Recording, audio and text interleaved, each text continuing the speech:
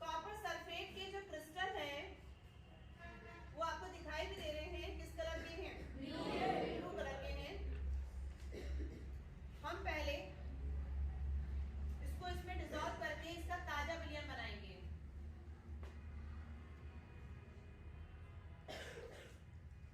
इसके लिए हमारे पास एक ग्लास रॉड होती है, हम इसको डिसॉल्व करके इसका ताजा विलयन बना लेते हैं।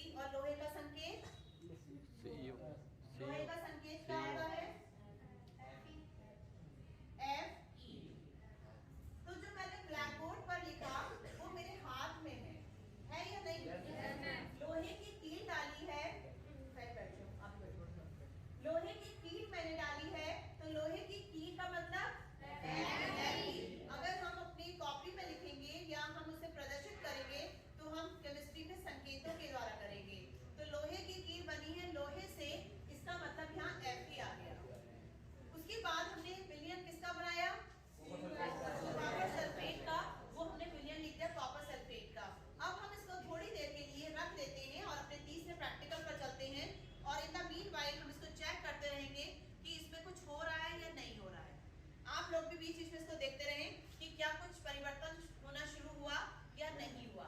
थोड़ा सा हमने कॉपर सल्फेट कम लिया है तो थोड़ा टाइम लगेगा, लेकिन आप इसमें परिवर्तन देखेंगे थोड़ी देर बाद। अभी किस प्रकार की रिएक्शन है वो आपको बाद में बताया जाएगा। अब हम तीसरी रिएक्शन पर आते हैं, ठीक है।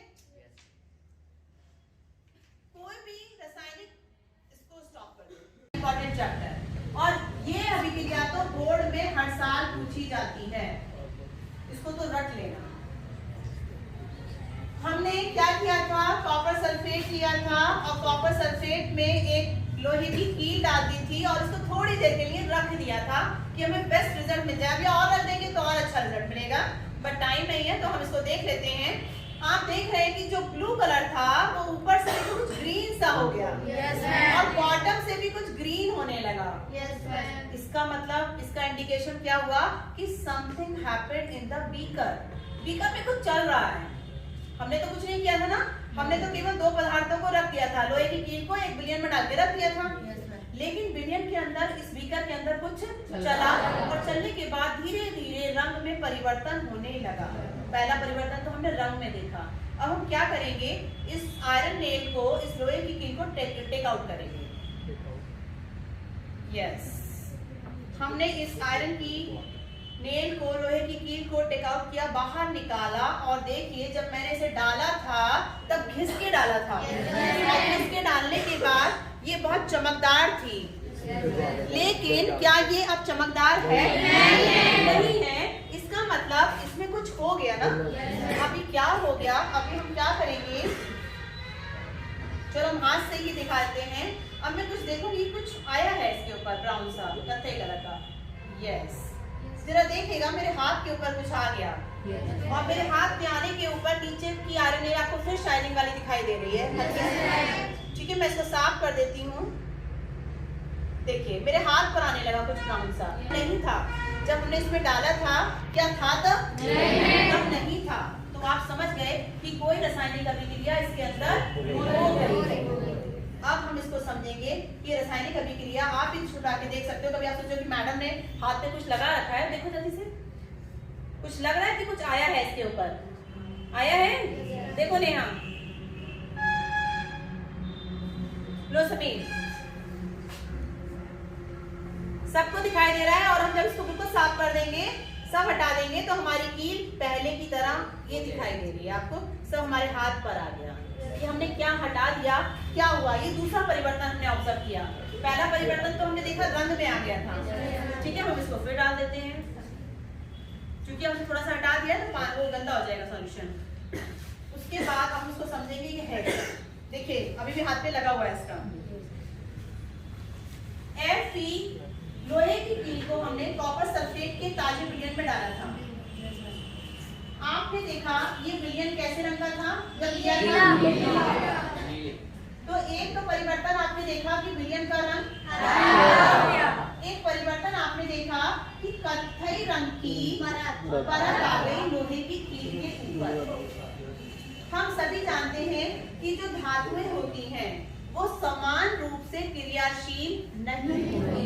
कुछ धातुएं बहुत अधिक क्रियाशील होती हैं और कुछ धातुएं कम क्रियाशील होती हैं, और कुछ धातुएं बिल्कुल ही क्रियाशील नहीं होती। जैसे हम इतनी देर से प्रयोग कर रहे हैं, हमने सोने की बात करें, गोल्ड की बात करें, तो गोल्ड हमारा अभिक्रिया नहीं कर रहा, तो पानी भी पड़ रहा है, गर्म पानी भी हम इसमें यूज कर रहे हैं, तो इसका अभिक्रिया नहीं हुई।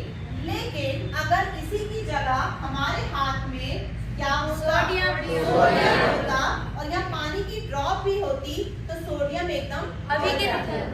तो हमारे पास कुछ धातुएं ऐसी हैं जो बहुत क्रियाशील हैं, कुछ धातुएं कम क्रियाशील हैं, और कुछ धातुएं क्रियाशील नहीं हैं। तो क्या होता है, हम, ये तो कॉमन सी बात है, अगर एक ताकतवर बच्चा यहाँ खड़ा हो और एक कमजोर बच्चा खड़ा हो, तो क्या होगा, क्या कमजोर ताकतवर को धक्का देगा या ताकतवर कमजोर को धक्का देगा?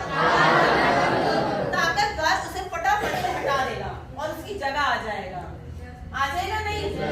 लेकिन जो कमजोर होगा वो कभी भी ताकतवर को नहीं हटा पाएगा। बस यही हमारी अभिक्रिया में हुआ।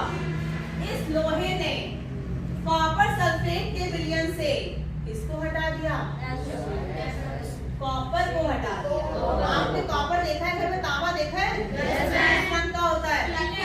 कत्थई रंग का। तो इसने क्या किया? इसको यहाँ से हटा दिया और हटा कर खुद आ गया। जैसे ताकतवर बच्चे ने बी बच्चे को हटाया था, इसको हटा दिया और इसकी जगह खुद आ गया और इसने कॉपर को तांबे को अलग फेंक दिया। हो गया? किसने हटाया? लोहे ने कॉपर को क्यों हटाया? क्योंकि लोहा तांबे से ज्यादा क्रियाशील था, ज्यादा ताकतवर था। अगर ये कम ताकतवर होता तो क्या ये कर पाता? ऐसा नहीं कर पाता। ये जो विलयन बन के आया ये आपको दिखाई दे रहा है किस रंग का? और जो लोहे की कील के ऊपर कत्थई रंग की परत आ गई वो क्या है? कॉपर है। जब पूरी अभिक्रिया हो जाएगी तो उस कॉपर सल्फेट में जितना कॉपर होगा वो सारा कॉपर तो लोहे की कील पर आ जाएगा और जितना आयरन नेल सल्फेट के साथ मिल पाएगी उतना मिलकर फेरस सल्फेट बना देगी। और विलयन आप देख रहे हैं अभी भी हरा चल रहा है। तो हम समझ गए कि जब एक बहुत अधिक क्रियाशील धातु कम क्रियाशील धातु को हटा देती है तो उस अभिक्रिया को हम अभिक्रिया कहते हैं। समझ गए? कौन हटाएगा? ताकतवर को। अब यहाँ पे हम यूज करेंगे अधिक क्रियाशील। जब अधिक क्रियाशील धातु को हटाया इसने। ऐसा नहीं था कि कॉपर अलग से यहाँ पे कॉपर का टुकड़ा रख दिया और यहाँ पर हमने लोहे का टुकड़ा रख दिया, लोहा जाएगा और कॉपर को धक्का देके हटा देगा। ऐसा नहीं करेगा, विलयन में से हटाएगा। ठीक है? वो भी ताकतवर धातु किसी दूसरी कम ताकतवर धातु को किसमें से हटाएगी? विलयन से हटा देगी और उसकी जगह खुद आ जाएगा। इसीलिए विलयन का रंग भी बदलेगा और वो धातु जो हटाई है वो अलग हो जाएगा। हम इसी को थोड़ा चेंज करके देख लें। अब हमने उल्टा कर दिया थोड़ा सा। हमने कॉपर धातु ले ली, एक कॉपर का टुकड़ा ले लिया और हमने उसे हरे रंग के आयरन सल्फेट में डाल दिया। उल्टा कर दिया है। पहले हमने Fe को डाला था कॉपर सल्फेट में, अब हमने कॉपर को आयरन सल्फेट में डाल दिया। अब आप सोच के बताइए क्या अभिक्रिया होगी? नहीं होगी। किसी कीमत पर यह अभिक्रिया नहीं होगी।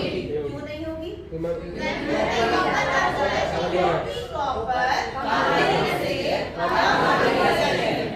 इसीलिए ये इसको हटाने की ताकत नहीं रखता।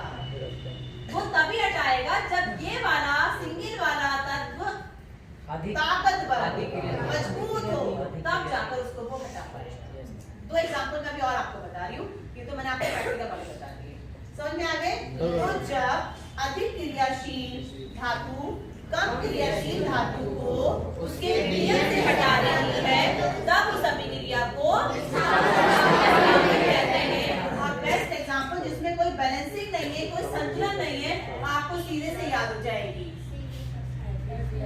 ठीक है? समझ में आ गई?